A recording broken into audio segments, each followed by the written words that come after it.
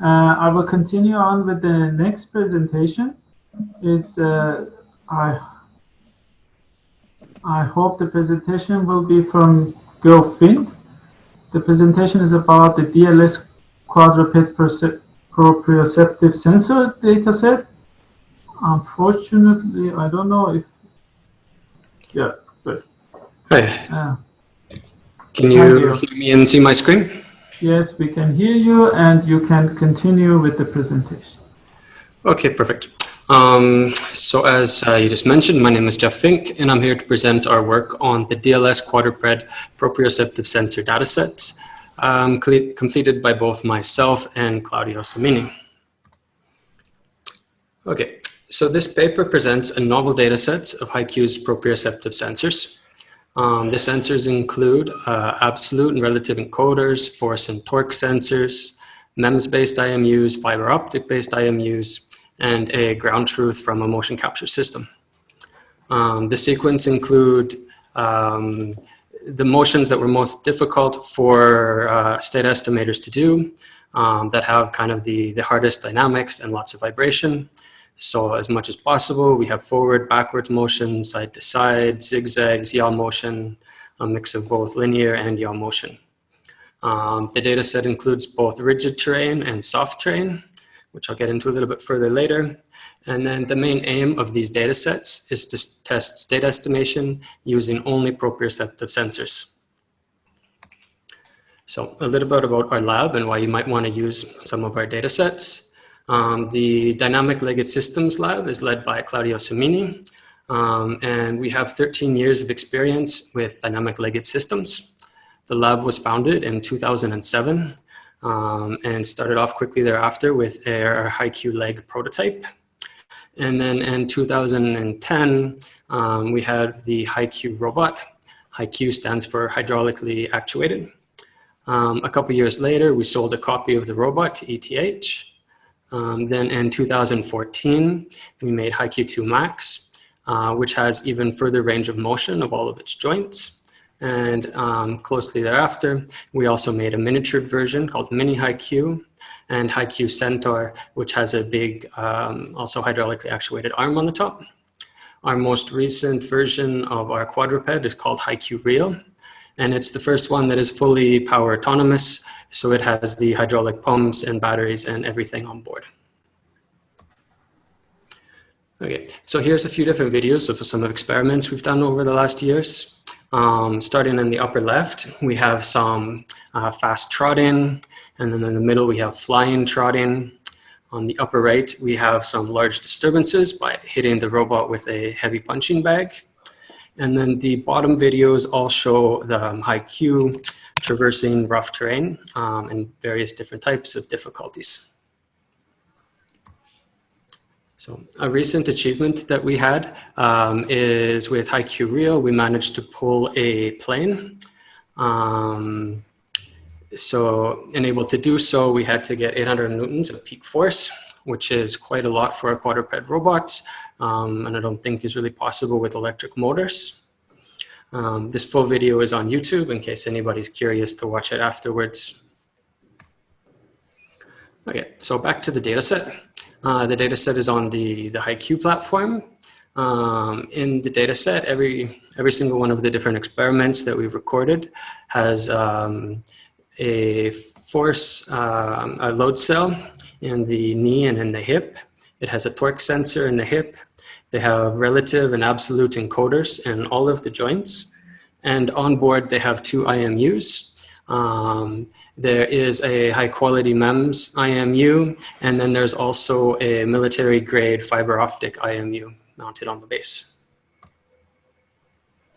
So I won't go through all of the different technical specifications of the sensors, but I just kind of wanted to point out that the relative encoders are very high accuracy, and the fiber optics IMU has some very nice noise characteristics when compared to a more traditional MEMS sensor.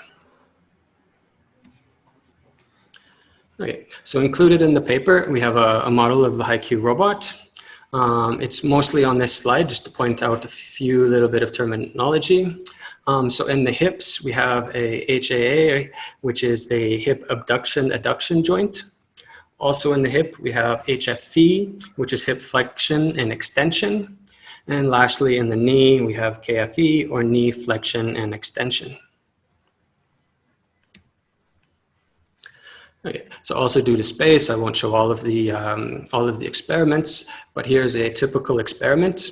On the upper rows of plots, it is the entire 5-minute data set. You can kind of see the minimum and the maximum of all of the joint positions. And then at the bottom row is zoomed in to 2 seconds here after 1 minute. And in the bottom plots, you can start to see the trot gait that was used during this experiment. Okay, in the same experiment, these are the forces and torques that were measured in all of the joints. What's particularly of interest here is within the knee, you can see the shape of something very similar to what the ground reaction forces will be. Okay, and then we have the IMUs on board. In the IMUs and the accelerometer, you can see that we're measuring gravity along with some very large impacts and vibration. And in the gyroscopes, you can see some rocking back and forth motion that's caused by the trot gait. Okay, then we have a rigid terrain versus soft terrain data set. This is of particular interest to quadrupeds because walking on any sort of soft terrain is very difficult. So in this data set, especially in the NEFE, you can see that if it's on stiff terrain, we have very large sharp forces where we have a lot smoother forces going through out on the soft terrain. Also in the accelerometer, you can see that all of the impacts have been sharply damped. And then we also recorded an endurance data set, which is 30 minutes long. The aim of this data set is to be able to compare the 2 IMUs and look at the long-term drift. So on these plots, the green line is the ground truth, which stays for the roll and pitch at about 0 degrees. And then the yellow line, which drifts fairly rapidly, is the MEMS-based IMU when we don't remove the bias. The purple line is then if we manually take away the bias at every step. And the blue line is the raw data from the fiber optic IMU. Okay, so a quick comparison of the data sets. It basically shows that all of the data sets are at least 5 minutes long, and the endurance one is over half an hour. There's hundreds of meters of trotting that's being done in the data sets, and they have peak speeds of over 1 meter per second.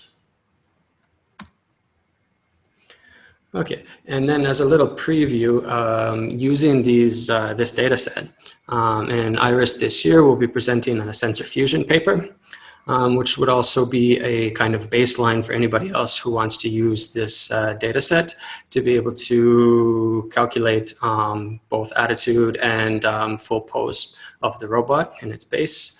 So this first slide is of just the attitude. In it, we're comparing a extended Kalman filter, which is kind of the typical industry standard.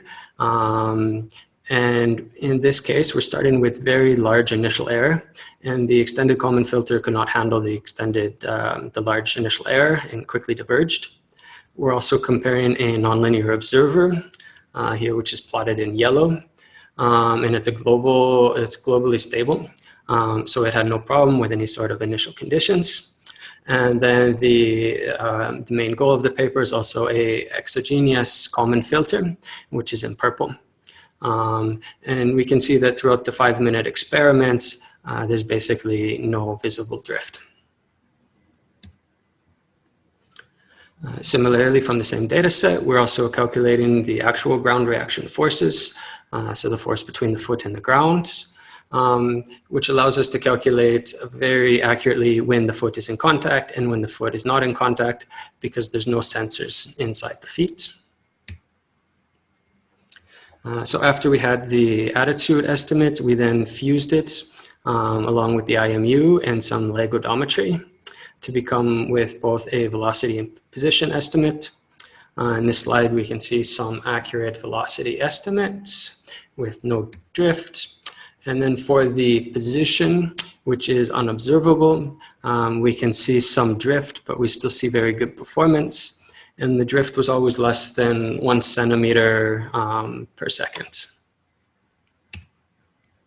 So, in conclusion, this dataset contains all of HyQ's proprioceptive sensors running at high frequencies and multiple different scenarios.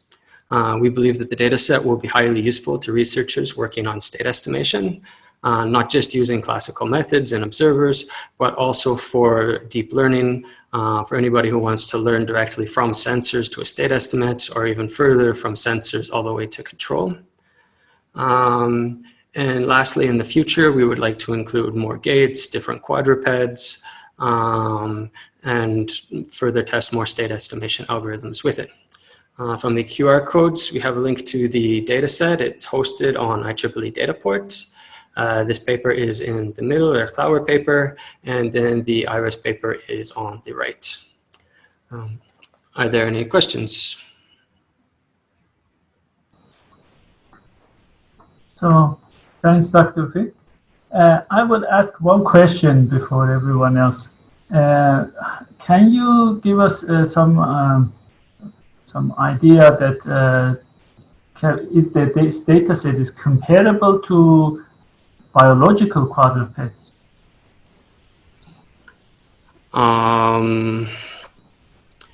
So a quadruped like this compared to a biological quadruped is obviously a lot simpler. Here we have, so we have 3 degrees of freedom per leg. And in a biological quadruped, first of all, there'll be the feet, and that will have at least a couple different degrees of freedom, and then also flexible spines. So flexible spines, they introduce a lot of different degrees of freedom. So while these robots, they don't walk that similar to a biological one, still lots of the gates and some of the control is made to try to imitate the biological version of the same quadruped. Good, okay. Any other questions from the audience?